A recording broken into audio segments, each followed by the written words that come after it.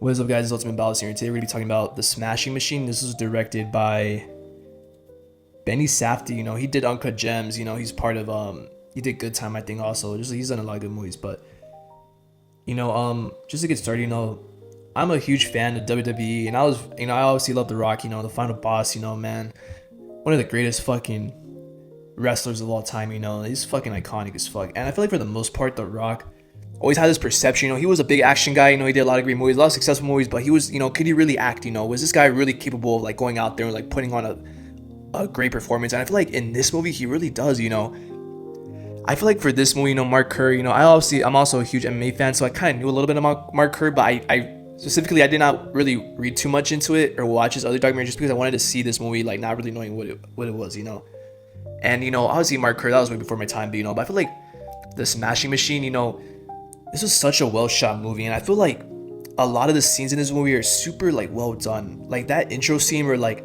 it's literally like straight out of a 90s like VHS. Like it's like you're just watching something from the 90s, like an old fight. And the fact that it kind of cuts back to like you actually being there in person, I thought that was such a great like distinction. The fact that you kind of go from that super like VHS 90s look to like it looking like super clear and stuff, I thought that was brilliant. There's a lot of like little scenes like that in this movie that I feel like that are super great and they're just super effective.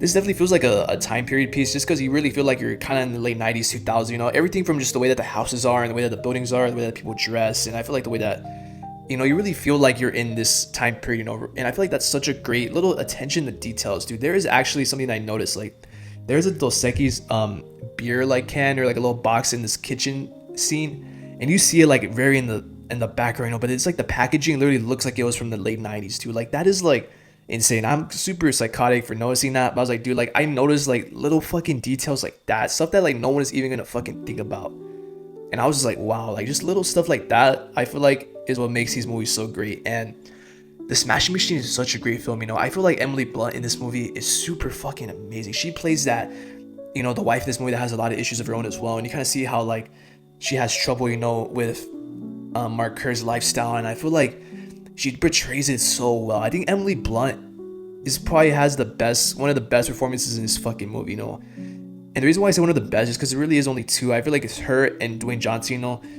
There is both of them are great in this movie. I feel like, I want to talk about The Rock for a second, For him to take on this role, I feel like it was so impressive in my eyes, just because, this was something that I know they had been planning this movie already for like the past 6 years. And the fact that he was finally able to do it, I feel like, you really see the passion behind this performance. This is not somebody who just like was like, I'm just gonna do a deep movie just to do a deep movie. This is somebody who really like took time to get into the role. They had Mark Kerr on set pretty much for all the entire time, and I feel like you really see that in this performance. It gets to a point, like especially in like the late second to third act, where you really just do not see The Rock anymore. And I feel like definitely like the first act, kind of when you first watch it, you definitely see like, it definitely just looks like The Rock in like a different hairstyle and then like different clothes, right?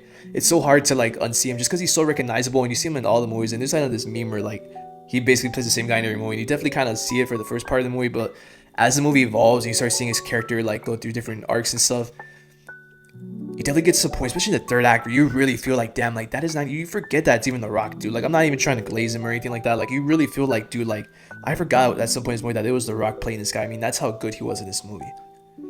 Just because he had a lot of pressure and a lot of expectations for this performance, and I feel like he definitely hit it out of the park, guys. Like this is not, if you're expecting to walk in here and like think that The Rock's gonna like shit the bed with this movie, like he did not. He really showed up, and I feel like he deserves a lot of credit just because, like I said, just because of all the narratives that were surrounding him. And I'm not saying he was a bad actor at all before this.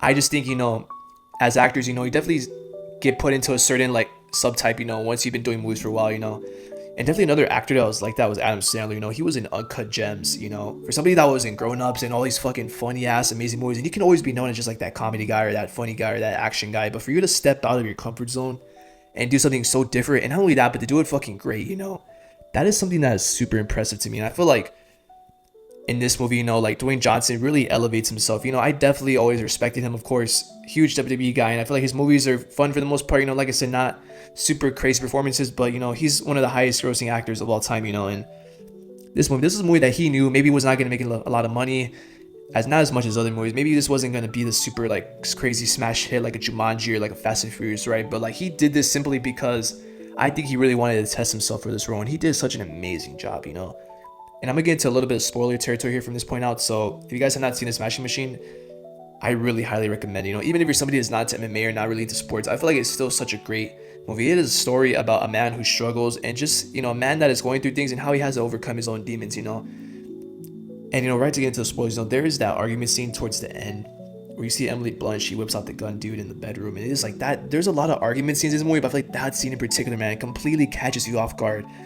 It seems like they're just having another, because up to that point in the movie, they're always having arguments, you know, here and there. You just think, oh, this is like another scene of just a bad argument, you know. But when she whips out the gun dude in the room, that is super like dark. And the fact that this was based off Mark Kerr's like true story was super fascinating. It makes you realize, you know, this guy really went through like a lot of stuff, you know. And definitely at the time, MMA was super hard, you know. The UFC was barely on the come up. Pride at that time was super famous. It just seemed like a lot of guys were taking a lot of steroids. They're trying to make a lot of money, trying to make big names for themselves in a sport that wasn't really like on the same level as like boxing or like, you know, any other normal sport at the time, you know. And I am very like proud to say that like the way that this movie was shot, you know, it really makes you feel like you're in the fucking, you know, ring with them, you know. Especially for a lot of the Pride fights, you know, you really feel like you're in Japan in that dome, and you really like, it is shot so well and it looks so real, you know. And that is something that I appreciate, you know, as an MMA fan, but just as a film person in general, I really appreciate it from that both perspectives, you know. I really feel like this movie was super well done. And, you know, I kind of got sidetracked there, but back to like, you know, Emily Blunt and the chemistry she has with Dwayne Johnson in this movie, it is super great, you know. If you really feel like this is a couple who is really struggling, you know, with a lot of stuff and a lot of their own personal demons, but they're really like, at the same time, you definitely see that they care about each other, but it gets to the point where, you know, they have their demons, you know, and you really see it in this movie. And I feel like for Dwayne Johnson's character especially, you know, him dealing with the substance abuse and all that stuff, and definitely when he has that series in the hospital, you know, he really realized that he needs to switch his life around. You start to see that he gets clean, and, you know, I definitely see that Emily Blunt also brings it up to him at some point, like, oh, like, you're just acting like this because you got clean, you know. It's just, you see all the world's testing him, you know, even when he gives the steroids to Bas Rutten, you know, in that scene, he's almost like the world is trying to tempt him to go back into it, but like he refuses to go back. And you really see how like in this movie as well, he's very meticulous about certain things, just the way that like for example, there's a scene where like he doesn't like the way that the cactus looks in the backyard. He always like goes wild over it. He tries to like fix it right away, and he starts cleaning the pool. Like also the scene where like Emily Blunt's character just uses like the wrong milk and he has to like redo it. Like it's just little things like that where you kind of see that like his tendencies, you know, as a character. You kind of feel like, you know, this guy's like very meticulous about a lot of things. He kind of wants things a certain way, and that's the way that he trains, that's the way that he fights, you know.